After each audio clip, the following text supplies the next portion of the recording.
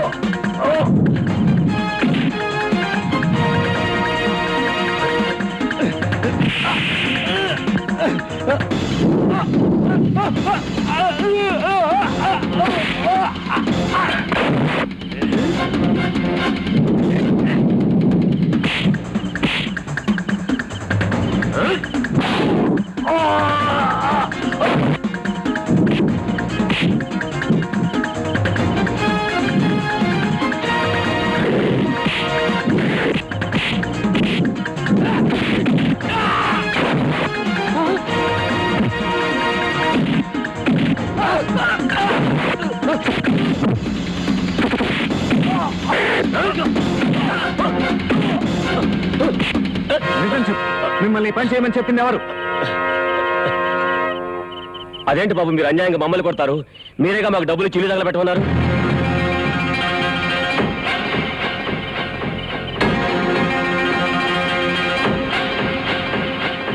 ఏంట్రా కూర్చోవు?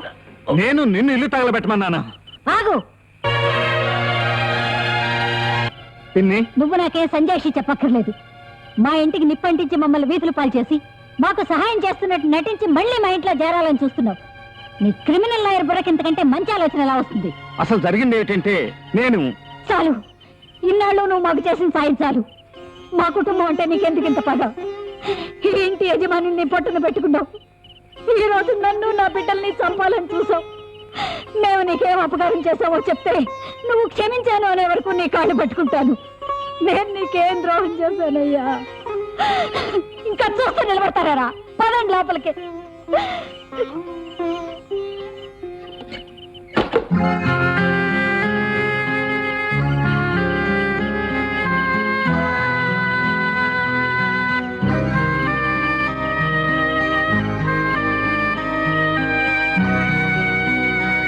మీరంతా ఎందుకు ఇలా భయపడుతున్నారో నాకు అర్థం కావటం లేదు. మీ పొలాలు మీవి, మీ కష్టాలు మీవి. మీ కష్ట సుఖాలను శాసించడానికి వాడేవాడు. తిరిగి పందల్లా పారిపోతే మురిగే కుక్క కూడా లోకు కడుతుంది. ఎదురు తిరిగి నిలబడితే గర్జించే సింహం కూడా తోకముడుస్తుంది. మీరు 100 మంది, వాడొక్కడు. మీరంతా తిరగబడితే వాడు మిమ్మల్ని ఏం చేయగలడు? అది కాదు బాబు, ఆ రంగారావు ఎదిరిస్తే కాళ్ళు చేతులు విరగొట్టిస్తాడు. ఏడ్చాడు. వాడు పంపే 10 మంది రౌడీల మీద మీరంతా తిరగబడితే ఆ రౌడీల బాడీల్లో మీ ఒక్కొక్కడికి ఒక్కొక్క అంగుళం మొక్క కూడా పంపకానికి రాదు. ఇంకా ఎదిరిస్తే మటర్ల దాకా వెళ్తాడు. ఒక్కడు 100 మందిని చంపడం సులువా? 100 మంది ఒక్కడిని చంపడం సులువా?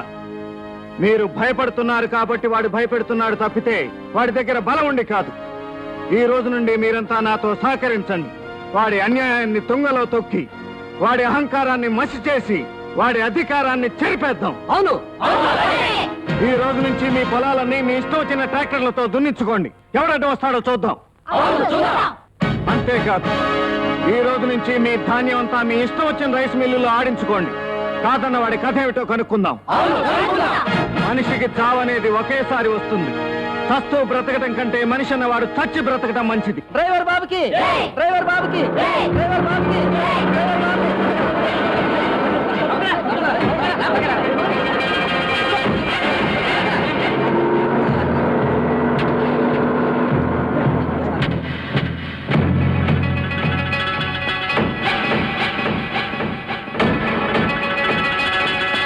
చూసావా, ఈ ఊర్లో జనం నన్ను చూడగానే ఎత్తిన చేతి ఎలా దించేశారో ఇప్పటికైనా అర్థమైందా నేనంటే ఏంటో?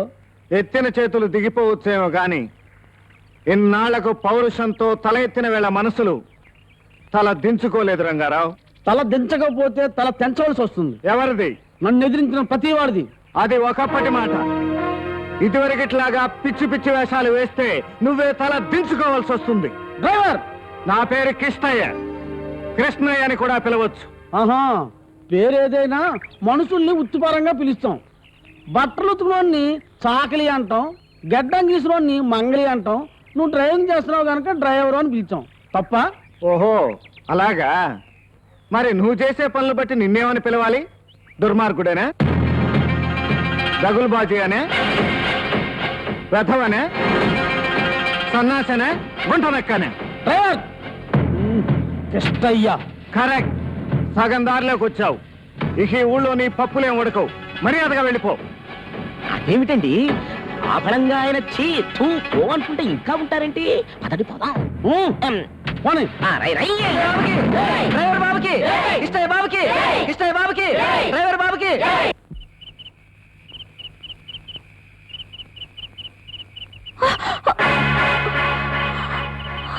ఏమ్మా, వయసు మనసు కలిసి నిన్ను మోసం చేశాయా? ఏడవకమ్మా. నేను అడిగిన దానికి సూటిగా సమాధానం చెప్పు. అతను నిన్ను నమ్మించి నీతో సరదాలు తీర్చుకున్నాడు, అవునా? నిన్ను తల్లిని కూడా చేయబోతున్నాడు, అవునా? ఇప్పుడు పెళ్లి చేసుకోమంటే నీ అంతస్తు ఏమిటి, నా అంతస్తు ఏమిటి? నిన్ను పెళ్లి చేసుకొని పో అన్నాడు, అవునా? ప్రతిదానికి చావు పరిష్కారం కాదమ్మా. ఈ అన్నయ్య బ్రతికుండగా ఈ చెల్లెమ్మ ఇలా దిక్కుమాలిన చావు చచ్చిపోవాల్సిన అవసరం రాదు. వాడి అడ్రస్ తెలుసా? ఇంత జరిగిన తర్వాత మా అబ్బాయిని అమ్మాయికి పెళ్లి చేయడమే న్యాయం. అయితే ఇక అభ్యంతరం దేనికి? అభ్యంతరం నాకు లేదు. ఈ పెళ్లి ఆ పెద్ద ఆయన చేతుల్లోనే ఉంది. పెద్ద ఆయన? నేనే ఆ పెద్ద మనిషిని. ఇప్పటికైనా అర్థమైందా? తెలివితేటలు నీ ఒక్కడి సొత్తే కావు. ఏమిటి నువ్వు మాట్లాడేది? ఏముంది, నీ ముద్దుల చెల్లెల్ని బాగా ప్రేమించారని ఆవిడ చెప్పింది నేనే. ఆ తర్వాత నీ అంతస్తు ఎక్కడ, నా అంతస్తు ఎక్కడ, ఈ పెళ్లి కుదరదు అని చెప్పించింది కూడా నేనే. ఎందుకు చేశావు ఇదంతా? నీకోసం కృష్ణయ్య బాబు. నా కోసమా? అవును. 25 ఏళ్లగా ఈ ఊర్లో ఎదురు లేకుండా ఉండి చక్రవర్తిలా పరిపాలించే నన్ను నువ్వు వచ్చి పక్కలో బల్యమయ్యి సామంతరాజం చేసావు. ఇంకా ఇలాగే ఉంటే బంటును కూడా చేస్తావు. దానికి దీనికి సంబంధం ఏమిటి? ఉంది, చాలా ఉంది. ఇప్పుడు నీ చెల్లెలికి పెళ్లి కాకుండా కడుపు వచ్చిందని ఊరందరికీ తెలిసిందనుకో, అప్పుడు నీ కుటుంబం పరువు ఏట్లో కలుస్తుంది. నీ చెల్లెలు ఏ నుయ్యో గొయ్యో చూసుకొని చస్తుంది. నేనుండగా అది జరగదు, జరగనివ్వను. నాకు తెలుసు బాబు, నువ్వు ఉండగా అది జరగదని. అందుకే మళ్ళీ ఒక మెలుగు పెట్టాను. నీ చెల్లెల్ని ఆ కుర్రోడికే ఇచ్చి రంగరంగ వైభవంగా పెళ్లి జరిపిస్తాను. కానీ ఒక షరతు. ఏమిటది? పెళ్ళైన 3వ రోజున నువ్వు ఈ ఊరు విడిచిపెట్టి వెళ్ళిపోవాలి. అంతేనా? ఇంకా ఉంది, కంగారు పడకు. నువ్వు ఈ ఊరు విడిచిపెట్టి వెళ్ళిపోయే రోజున మన ఊరు రచ్చబండ దగ్గర జనం అందరూ ఎదుర్కొంటగా నా చేతులు పట్టుకొని నాది తప్పు, రంగారావు చాలా మంచివాడు అని నీ నోటితోనే చెప్పాలి. ఏమిటి? నేను నీ చేతులు పట్టుకోవాలా? మానే, అప్పుడు నీ కుటుంబ బరువు ఏట్లోకి, నీ చెల్లెల బతుకు గోతులోకి. సరే, నీ షరతులన్నిటికీ ఒప్పుకుంటున్నాను. నువ్వు చెప్పినట్టు నా చెల్లెలి పెళ్లి జరిగిందా? సరే సరే. లేదా నువ్వు పట్టుకోమని కోరుకున్న చేతుల్ని, కోరుకోని కాళ్ళని కూడా నరికేస్తాను. గుర్తుంచుకో. వెంకట్రావు, పెళ్లి ఏర్పాట్లు చెయ్యి. ఓం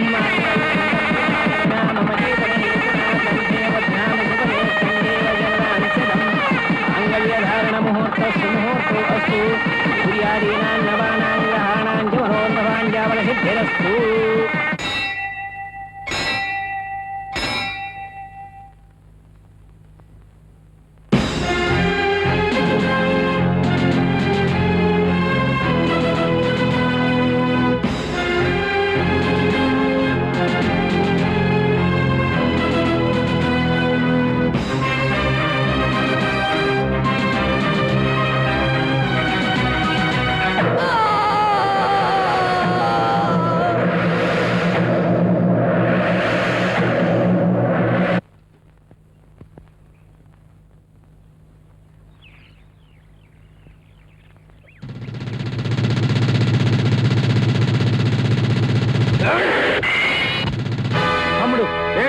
ఎవడు నీకు తమ్ముడు? ఓయ్! నా మాట విని తమ్ముడు. అనవసరమైన ఆవేశంతో ఇదివరకే ఒకసారి జైలుకి వెళ్ళావు. మళ్ళీ ఆ పొరపాటు చేయి. అవును, అప్పుడు నేను చేసింది నిజమైన పొరపాటు. కానీ ఇప్పుడు చేస్తున్నది నా తండ్రికి నేను తీర్చుకునే కృతజ్ఞత. ఏమిటయ్యా కృతజ్ఞత? చెయ్యని తప్పుకి కుటుంబాన్ని ఆదుకు నేను చంపడం కృతజ్ఞత? నేరం చేయని మీ నాన్న చావుకి కారణం ఆయన వాదన కాదు, సాక్ష్యాలు అని నువ్వు నమ్మకపోవడం కృతజ్ఞత. జ్యోతి!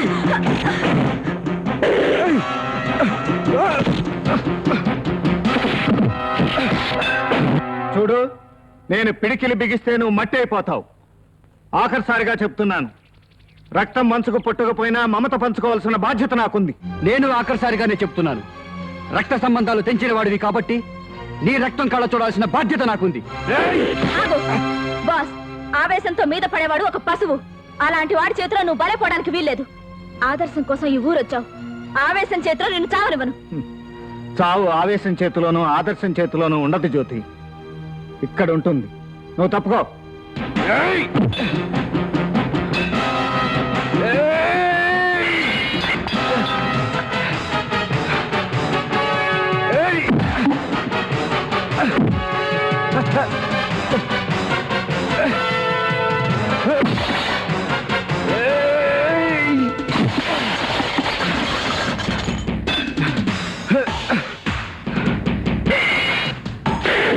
రండి రండి.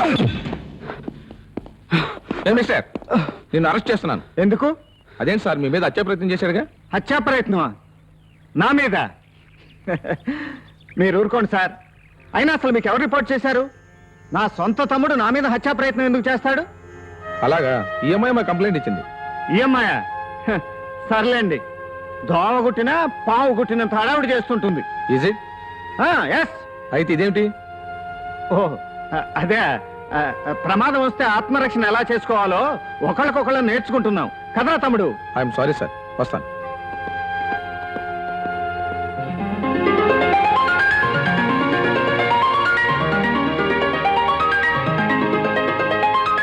నేను క్షమించానయ్యా. ఇందులో క్షమించడానికే ఉంది తమ్ముడు, సహించటం తప్ప. జరిగిందేదో జరిగిపోయింది. రానయ్య, అందరం కలిసే ఉందాం. వద్దు తమ్ముడు, ఈ రౌడీ అన్నయ్యను మీ అమ్మ సహించలేదు. అయినా ఇప్పుడు మన కర్తవ్యం మీ నాన్న నిర్దోషాన్ని నిరూపించటం.